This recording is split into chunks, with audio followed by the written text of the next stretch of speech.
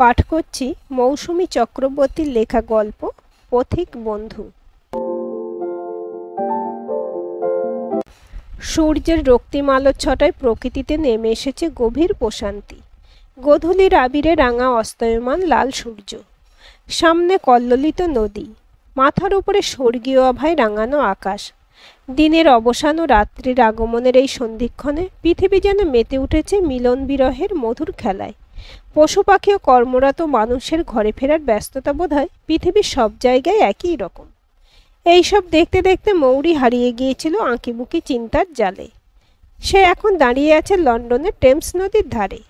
ঝিলিমিলি ঢেউ খেলানো সোনা রঙের জলে এক দৃষ্টে তাকিয়েছে। বহু বছর হলো মৌরি লন্ডনবাসী। মেয়ে রিঞ্জনার জন্মের পরপরই এদেশে চলে এসেছিল সে। তারপর এখানে থেকেই এপার সেপাস ও এখানেই প্র্যাকটিস। আজ সকালবেলায় পুজোর অনুষ্ঠান সূচি লেখা একটা লিফলেট হাতে পেয়েছিল মৌরি। লন্ডনে একটা বড় হল ভাড়া করে প্রতি বছরই দুর্গাপুজো হয়, আর পুজো শেষে থাকে ইন্ডিয়া থেকে নিয়ে আসা কোনো এক বড় শিল্পীর অনুষ্ঠান। এবছরকার অনুষ্ঠান দেখতে গিয়ে চোখ আটকে গিয়েছিল অনুষ্ঠান সূচির পাতায়। আগামী রবিবার কলকাতার বিখ্যাত হরবোলা শ্রী রঞ্জন মাইতের পরিবেশনা ইলিং টাউন হলে। থমকে গিয়েছিল সে। পরের লেখাগুলোর দিকে আর চোখ পড়েনি তেমনভাবে। বর্তমান হয়ে গিয়েছিল ঝাপসা, বদলে স্পষ্ট হতে শুরু করেছিল অতীত।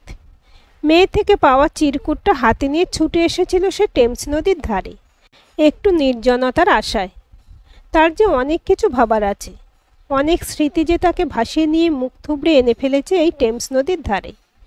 মৌরি ভেসে যেতে থাকে কলেজের সেই দিনগুলোতে, ডুবতে থাকে স্মৃতির গহ্বরে, যেখানে শুধুই সে আর। ট্রলি ব্যাগটা টানতে টানতে ট্রেনে ওঠে মৌরি। রণদীপ, কস্তুরী আর অয়ন ওর আগে সিট দখল করে হইচই শুরু করে দিয়েছে। এখন বাইরে গাঢ় অন্ধকার, তাই জানালার সিটটা নিয়ে তেমন টেনশন নেই। ধীরে সুস্থে নম্বর মিলিয়ে দেখে নিয়ে ব্যাগটাকে সিটের নিচে পাচার করে বসে পড়ে সে। ওদের গন্তব্য পুরী। পুজোর 4টে দিন তারা কেউ এবার কলকাতায় থাকতে রাজি নয়, তাই 4 বন্ধু মিলে প্ল্যান করে এই পুরী যাত্রা।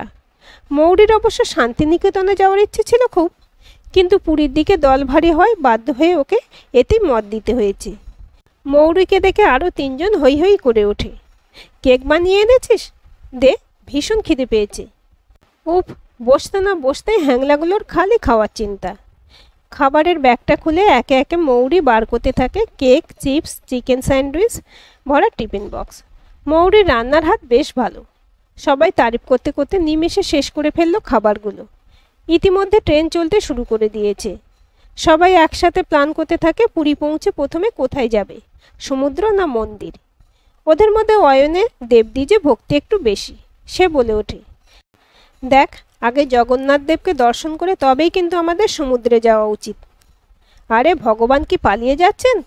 পরশু সকালে আমরা ঘুম থেকে উঠেই সবাই মিলে সোজা মন্দিরে চলে যাব। তবে কাল পৌঁছে আগে সমুদ্রে স্নানটা করতে দে তো। সমুদ্র স্নানের কথায় সবাই একসাথে উত্তেজিত হয়ে ওঠে। এর মধ্যে কস্তুরী আর মৌরি আলোচনা শুরু করে দেয় নিজেদের মধ্যে। মৌরি বলে, কতবার যে পুরী এসেছি, এবার তাই শান্তিনিকেতনে যাওয়ার খুব ইচ্ছে ছিল তোদের সাথে। তোরা কেউ রাজি হলি না। আসলে এই গরমে ঠিক আছে, পরের বার আমরা না হয় শান্তিনিকেতনেই প্ল্যান করব। গল্প যখন ওরা মশগুল, তখনই হঠাৎ শুরু হয় ঝড়ের শব্দ। ধীরে ধীরে সে ঝড় যেন বাড়তে থাকে। গুরু গুরু শব্দে মেঘ ডাকা, তারপর একসময় ফোঁটা ফোঁটা বৃষ্টি। সে বৃষ্টি বাড়তে বাড়তে অঝোর ধারায় ঝরতে থাকে। দূর থেকে যেন শোনা যায় সমুদ্রের জলোচ্ছ্বাস, তীরে আছড়ে পড়া ঢেউয়ের তাণ্ডব। সচকিত হয়ে ওঠে 4 জনের দল। সত্যি বৃষ্টি নেমেছে নাকি? এখানে সমুদ্রই বা আসে কি করে? জানলা দিয়ে মুখ বাড়িয়ে আকাশের দিকে চোখ মেলে দেয় কস্তুরী। কই, আকাশে তো মেঘ নেই। তাহলে এমন ঝড় বৃষ্টির আওয়াজ আসছে কোথা থেকে? ঝড়ের আওয়াজ যেন এই গরমের মধ্যেও সবাইয়ের শরীর মন ঠান্ডা করে দেয়। হঠাৎ চোখ চলে যায় সামনের সিটে বসা ছেলে দুটোর দিকে। অদ্ভুত তো, তাদের মধ্যে একজন গলা দিয়ে এমন ঝড় বৃষ্টির শব্দ করছে। কি হ্যান্ডসাম দেখতে ছেলেটা! এতক্ষণ তো নজর পড়েনি। ধীরে ধীরে চোখ যায় আশপাশে। ততক্ষণে অনেকেই কৌতূহল নিয়ে এগিয়ে এসে ভিড় করেছে তাদের সিটের সামনে। হাততালিতে ফেটে পড়ে ট্রেনের কামরা। একে একে অনুরোধ আসতে থাকে সামনের ছেলেটির কাছে আরও কিছু শোনানোর জন্য। ছেলেটি গলা দিয়ে আওয়াজ করে একে একে শোনায় কুকুর, কাক, বাঘ, শিয়ালের অবিকল ডাক। হরবোলা, মা দেখো হরবোলা। একটা ছোট্ট ছেলে চেঁচিয়ে ওঠে। অন্যান্যরা সমস্বরে হরবোলা ছেলেটির প্রশংসা করতে থাকে। কথায় কথায় বেরিয়ে আসে ছেলেটির নাম রঞ্জন। ওরা দুই বন্ধু কমার্স ফাইনাল ইয়ারের ছাত্র। পুরী বেড়াতে যাচ্ছে। রাত বাড়তে একে একে সবাই যে যার সিটে ফিরে যায়। কস্তুরীদের 4 জনের দল টিফিন ক্যারিয়ার বার করে রাতের খাবার শেষ করার আশায়। পর্যাপ্ত পরিমাণে খাবার আছে ওদের কাছে। সযত্নে ওরা 6টা প্লেটে খাবার সাজিয়ে সহযাত্রীদেরও অফার করে। সমবয়সী 6 জন খেতে খেতে গল্প করতে থাকে। হঠাৎ করে রঞ্জন বলে ওঠে, তোমাদের কথাবার্তায় একটু আগেই শুনছিলাম শান্তিনিকেতনে বেড়াতে যাওয়ার কথা। যাবে নাকি শান্তিনিকেতন? এক্ষুনি? সে কি, কেমন করে? চলো তাহলে বেরিয়ে আসি। রঞ্জন শুরু করে শব্দের মাধ্যমে শান্তিনিকেতন ভ্রমণ। হাওড়া স্টেশন থেকে স্টিম ইঞ্জিন চেপে বোলপুর স্টেশন, সেখানে নেমে রিকশায় শান্তিনিকেতনের হোটেল, ফের রিকশায় করে শান্তিনিকেতনের গ্রামে ঘোরানো। তার মধ্যে পাশ থেকে ভেসে আসে বাউলের গান। শান্ত পরিবেশের মাঝে হঠাৎ করে শুরু হয় কালবৈশাখীর তাণ্ডব।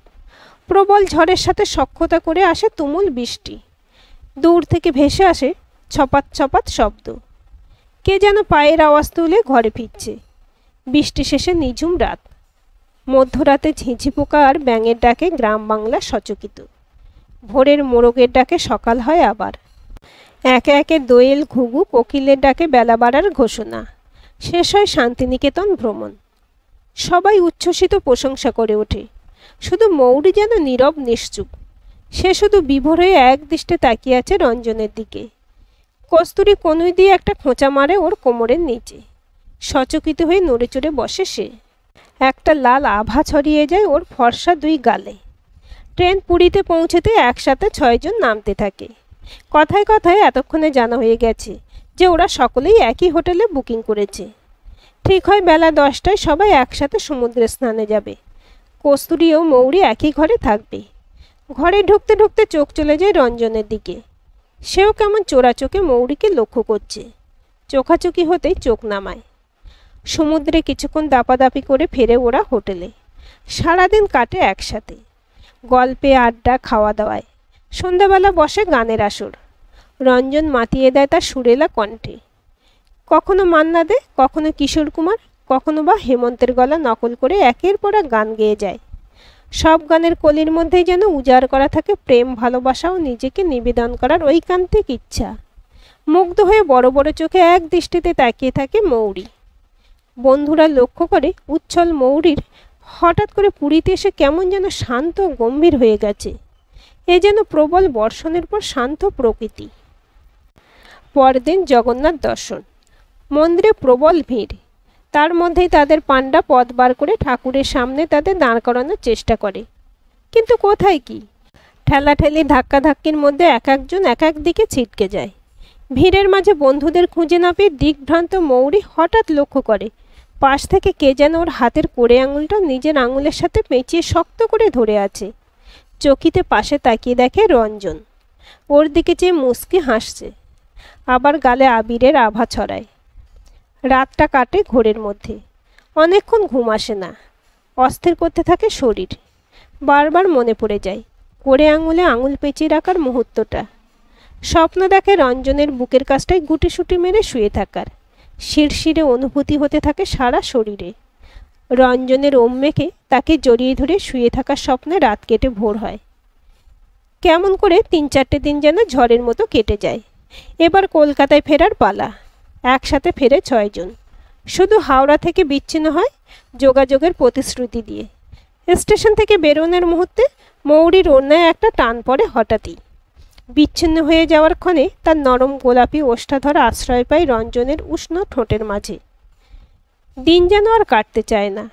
যেটুকু মেলামেশা কথাবার্তা হয়েছিল তাতে সে এবং রঞ্জন দুজনেই যে দুজনের প্রতি আকৃষ্ট বোঝা গিয়েছিল। শুধু সরাসরি প্রকাশটা কেউ করে উঠতে পারেনি। কলকাতায় ফিরে নিয়মিত দেখা সাক্ষাৎ ও সময় কাটানোর মাধ্যমে অবিলম্বেই তারা একে অপরের কাছাকাছি এসে পড়ে। এর পরের ঘটনা ঘটতে থাকে খুবই তাড়াতাড়ি। মাস্টার্স করে রঞ্জন একটা সরকারি অফিসে চাকরি পেতে বিয়ে হয়ে যায় তার মৌরির সাথে।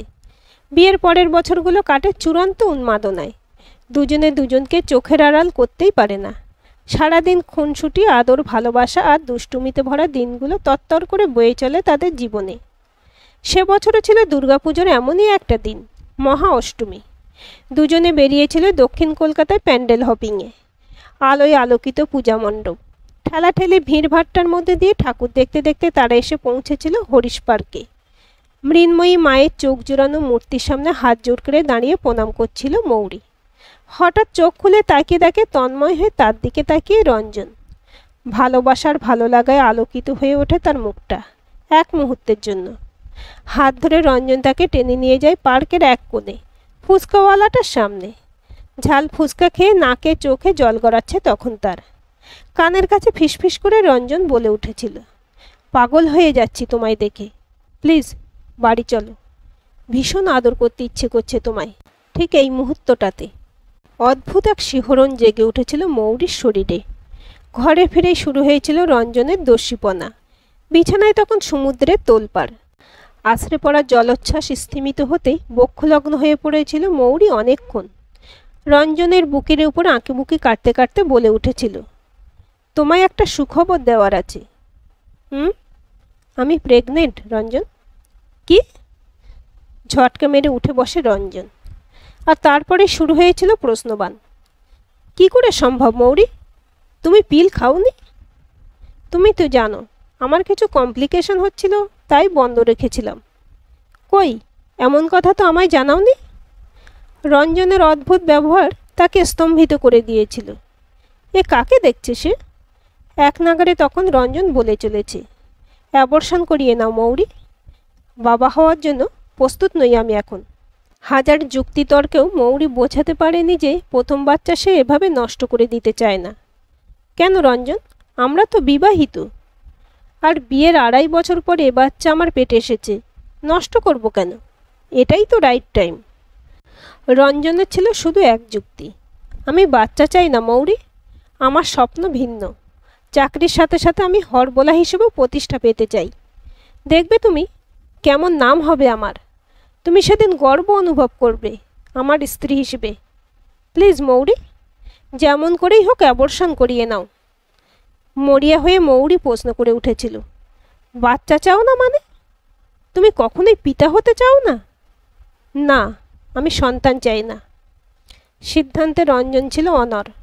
ভেঙে গিয়েছিল মৌরি রঞ্জনের দেওয়া এই আঘাতে। এর আগে বহুবার আলোচনা হয়েছে তাদের মধ্যে সন্তান নিয়ে, অথচ কখনোই এমন কথা তো সে জানতে পারেনি রঞ্জনের ব্যবহারে। এরপর শুরু হয়েছিল শুধুই ভাঙন, ভাব বাচ্চে কথোপকথন, একে অপরকে সহ্য করতে না পারা, দোষারোপ করা ও সবশেষে চূড়ান্ত তিক্ততায় পরিণত হয়েছিল তাদের বিবাহিত জীবন। তাও মৌরি মানিয়ে নিয়ে চলবার চেষ্টা করেছে অনেক, বোঝাবার চেষ্টা করেছে রঞ্জনকে। কিন্তু রঞ্জন ছিল অটল ও অনড়। শেষ পর্যন্ত আর কিছুই করার ছিল না তার। মাতৃহৃদয় বড় হয়ে দাঁড়িয়েছিল তার প্রেমিকা সত্তার থেকে। 7 মাসের অন্তঃসত্ত্বা মৌরি সেদিন কিছু জামা কাপড় গুছিয়ে বাপের বাড়ি চলে এসেছিল সারা জীবনের মতো। না, রঞ্জন বাধা দেয়নি সেদিন। তার চোখে তখন অনন্ত স্বপ্ন। ডিভোর্স পেতে তাদের দেরি হয়নি বিশেষ। টেমস নদীর সামনে দাঁড়িয়ে মৌরি রিওয়াইন্ড করে দেখছিল তার জীবনের বিবর্ণ পাতাগুলো। বড্ড হলুদ হয়ে গেছে জীবনের বইটা।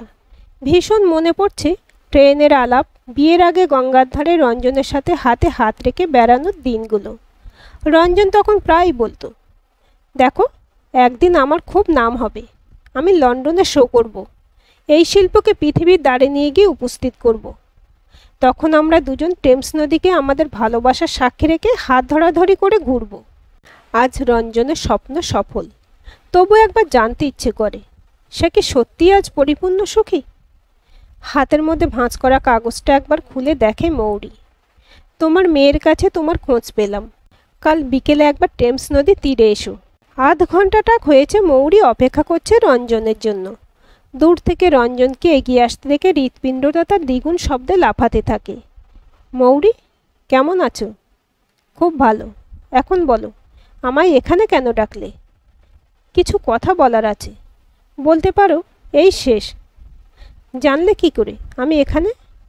কানাঘুষো অনেক দিনই শুনেছিলাম, ইচ্ছে ছিল তাই এখানে আসার, তোমার সাথে দেখা করার। রিঞ্জনাকে চিনলে কিভাবে? হুবহু তোমার মতো।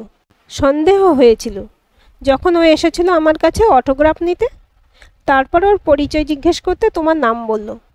বলল বাবা নেই, তুমি আমার পরিচয়। তোমার পরিচয়? অবাক করলে। এত তাড়াতাড়ি সব ভুলে গেলে? সরি মৌরি, আমি যা করেছি তা ক্ষমার অযোগ্য। তবে সত্যিই কি আমায় একবারের জন্য ক্ষমা করা যায় না? আমি আজ বড় নিঃস্ব। নাম, যশ, খ্যাতি, অর্থ সব আছে আমার, কিন্তু আপনজন নেই। প্লিজ মৌরি, একটু স্থান দিতে পারো না আমায় তোমাদের সুখের সংসারে? না রঞ্জন, আমায় ক্ষমা করো। আমার মেয়ে জানে আমি ওর মা, আমি ওর বাবা। আজ যদি শোনে ওর বাবা ওকে পৃথিবীতে আনার ভয়ে ওর মাকে ত্যাগ করেছিল, সে কি তার বাবাকে ক্ষমা করতে পারবে? আর ভেবে দেখো তো, রিঞ্জনা যখন জানবে ওর ওই কাপুরুষ বাবা আজ ফিরে আসতে চাই সেই পরিত্যক্ত মা মেয়ে সুখের সংসারে, সে বাবাকে ভক্তি করতে পারবে?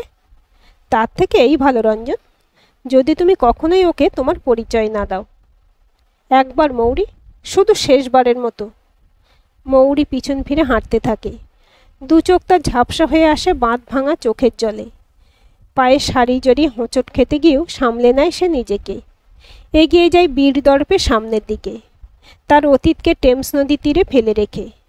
আজকের এই গল্পটি আপনাদের কেমন লাগলো কমেন্ট করে জানাবেন। ভালো লাগলে অবশ্যই একটা লাইক দেবেন আর চ্যানেলটি সাবস্ক্রাইব করে সাথে থাকবেন।